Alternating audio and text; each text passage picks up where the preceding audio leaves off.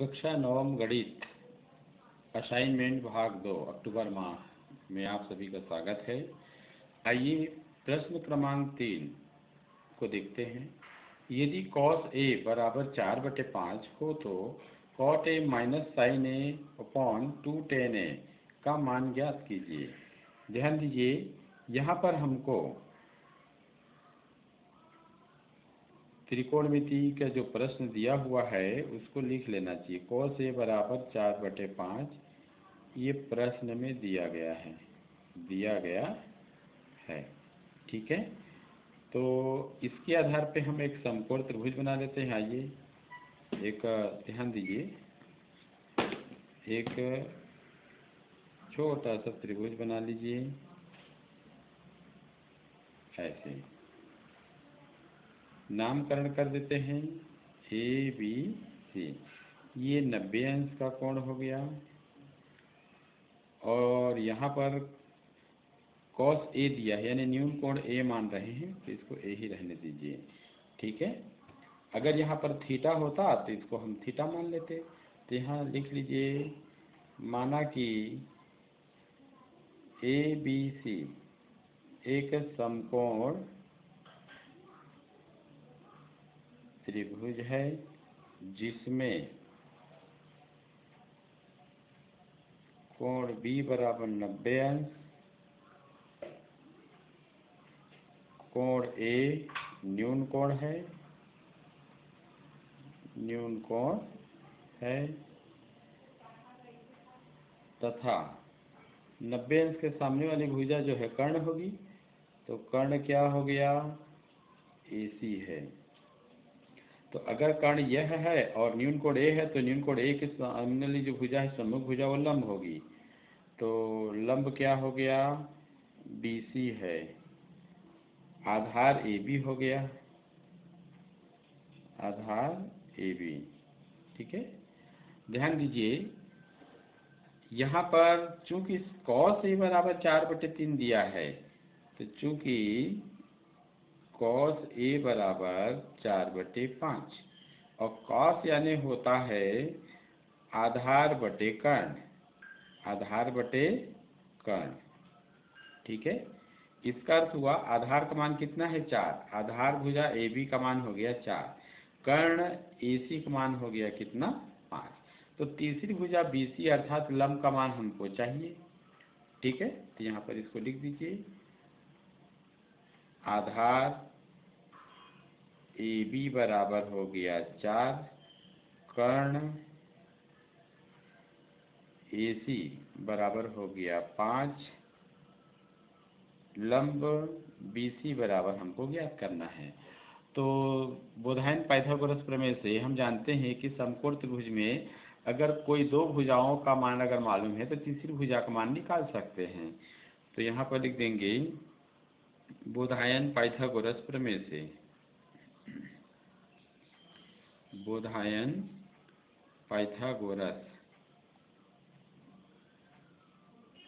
प्रमेय से।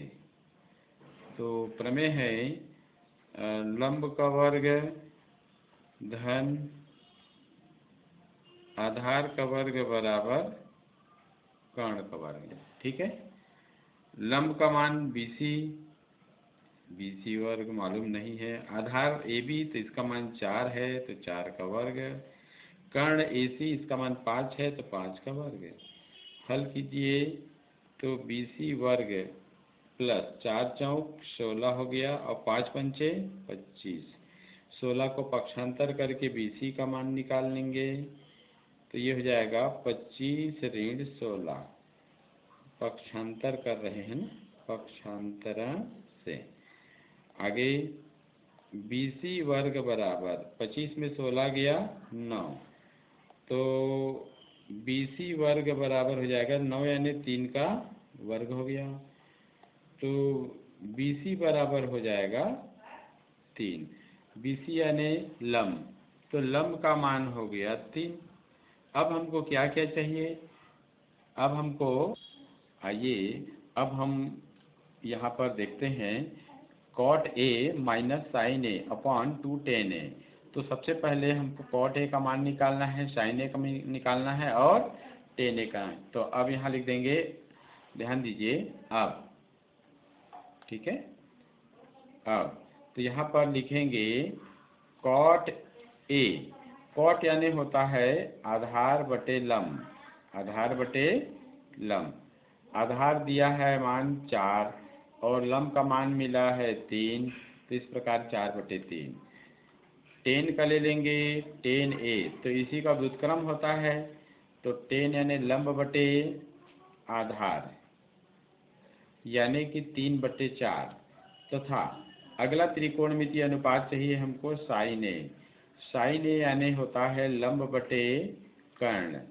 लंब का मान दिया अभी ज्ञात किए हैं 3 और कर्ण का मान दिया है 5, तो इस प्रकार साइन ए का मान हो गया 3/5। तो इसलिए हमको किसका मान निकालना है, cot a minus sine a upon 2 into 10a equal to, आइए मान रखते हैं। कॉट ए का मान मिला है 4/3, साइन ए का मान मिला है 3/5 और पूरे का मान इसमें बटा हो गया 2 गुणित 10a का मान कितना है, तो 10a का हो गया 3/4। इस प्रकार से यहाँ पर अब हमको एलसीएम लेना है, 3 और 5 का एलसीएम हो जाएगा 15, तो 3 पंचे 5 चौक 20 ऋण 5 तिया 15, 3 आया, 3 का गुणा अंश से 3 तिया 9 पूरे का बटा 2 तिया 6 और ये 4, ठीक है। आगे हल करते हैं इसको, तो 20 में 9 घटाएंगे तो बचेगा 11, 11/15 और बटे 6/4। आगे हल कर लीजिए, तो 11/15 गुणित 4/6, ये भाग को गुणा में हमने बदला, तो हर जो है अंश बन गया और अंश जो है हर, इस प्रकार से। तो 11 चौक 44 हो गया और 15 पंचे 75 और कटा भी सकते हैं आप, ठीक है ना, 15 छक्के 90, चलिए कटा दीजिए। तो 2 दूनी 4, 2 दूनी 4 और 2 45 90। तो इस प्रकार से ये क्या आंसर मिला, 22/11। तो यहाँ लिख देंगे 22/45 है ना, ऐसे आंसर ऐसे। आइए प्रश्न क्रमांक 4 को देखते हैं। 950 रुपये अंकित मूल्य, अंकित मूल्य अर्थात विज्ञापित मूल्य भी कह सकते हैं, वस्तु पे प्रिंटेड जो छपा रहता है उसको ही कहते हैं, वाली वस्तु 760 रुपये में बेची जाती है, अर्थात वस्तु का विक्रय मूल्य 760 रुपये है। तो बट्टा अर्थात छूट या डिस्काउंट जिसको आप कहते हैं, एवं बट्टा प्रतिशत ज्ञात कीजिए। आइए सबसे पहले क्या दिया गया है उसको लिख लेते हैं। वस्तु का अंकित मूल्य यानी वस्तु पर जो छपा मूल्य है कितना है, 950 रुपये। वस्तु का विक्रय मूल्य कितना है, विक्रय मूल्य, तो वस्तु का विक्रय मूल्य है 760 रुपये। तो बट्टा कितना रुपए का मिला, अर्थात दुकानदार ने जब वस्तु को बेचा तो कितना छूट दिया, छूट की राशि रुपए में ज्ञात करेंगे, तो इसलिए बट्टा ये रुपए में ज्ञात होगा। तो बराबर बट्टा कभी भी ज्ञात करेंगे तो बट्टा जो है अंकित मूल्य में से विक्रय मूल्य को घटाने पर मिलता है, अंकित मूल्य ऋण विक्रय मूल्य। ध्यान रखेंगे इस सूत्र को ऐसे। देखिए अंकित मूल्य है 950 रुपये और विक्रय मूल्य है 760 रुपये, तो यहाँ पर घटा देंगे तो ये हो जाएगा 190 रुपया उसको क्या मिला, बट्टा खरीदार को, ठीक है ना, अर्थात दुकानदार ने उस वस्तु पर 190 रुपये का छूट दिया। अब ये जो छूट रुपए में दिया है उसको प्रतिशत में हमको बदलना है, तो यहाँ लिख देंगे तथा बट्टा प्रतिशत में निकालेंगे। तो इसके लिए फार्मूला होता है बट्टा रुपए में गुणित 100, क्योंकि प्रतिशत में निकालना है, और बटे अंकित मूल्य, ठीक है। आइए मान रखते हैं बट्टा रुपए में आया है 190 रुपये, और ये हो गया गुणित 100 बटे अंकित मूल्य कितना आ गया 950 रुपये दिया हुआ है। ठीक, आइए हल कर लेते हैं। 190 गुणित 100 बटे 950, एक शून्य कट गया, 19 एक कम, 19 पंचे 95, तो ये आया 100 बटे 5, 5 एकम 5 बीसम 100, ये 20% ये बट्टा है। तो अब उत्तर क्या लिख देना है, अतः उस वस्तु पर बट्टा 190 रुपये तथा बट्टा प्रतिशत 20% है आंसर। ठीक है। आइए प्रश्न क्रमांक 5 देखते हैं। 8,000 रुपये का 10% वार्षिक ब्याज की दर से 2 वर्ष के चक्रवृद्धि ब्याज कंपाउंड इंटरेस्ट तथा साधारण ब्याज सिंपल इंटरेस्ट का अंतर ज्ञात कीजिए।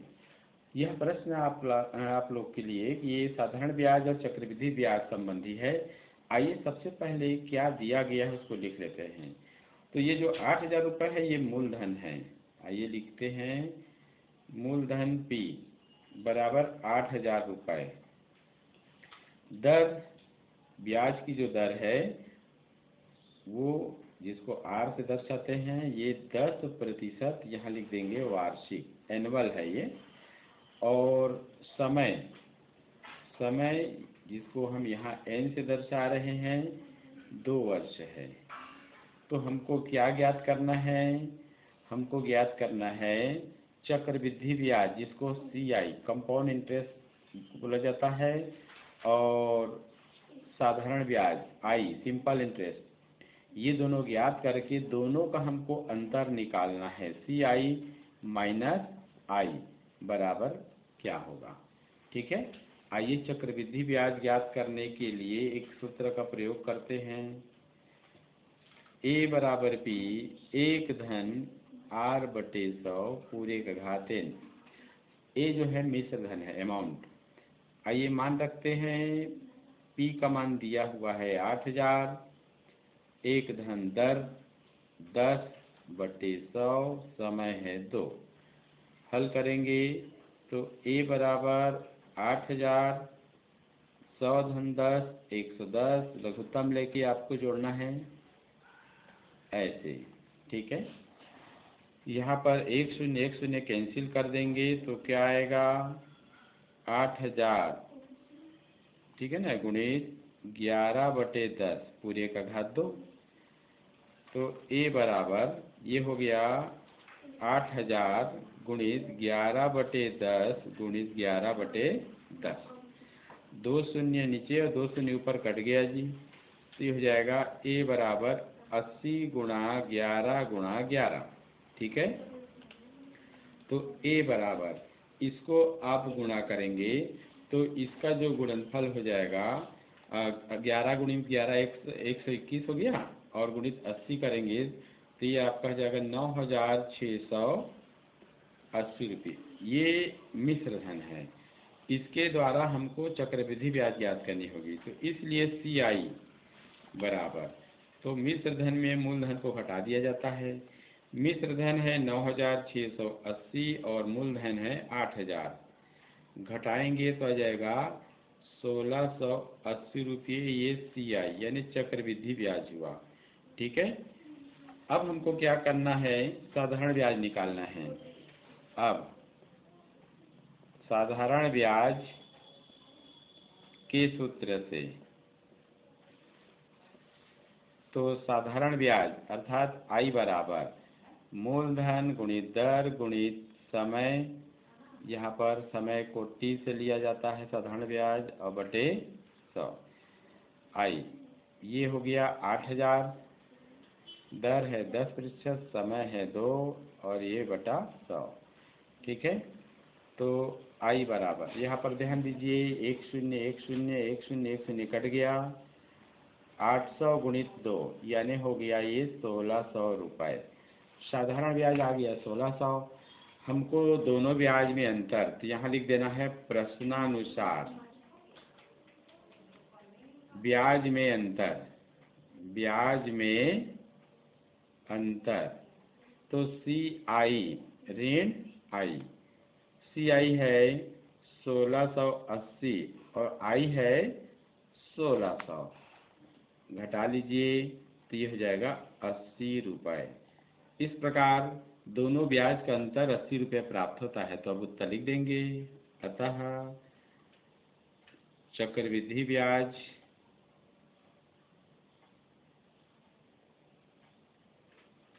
और साधारण ब्याज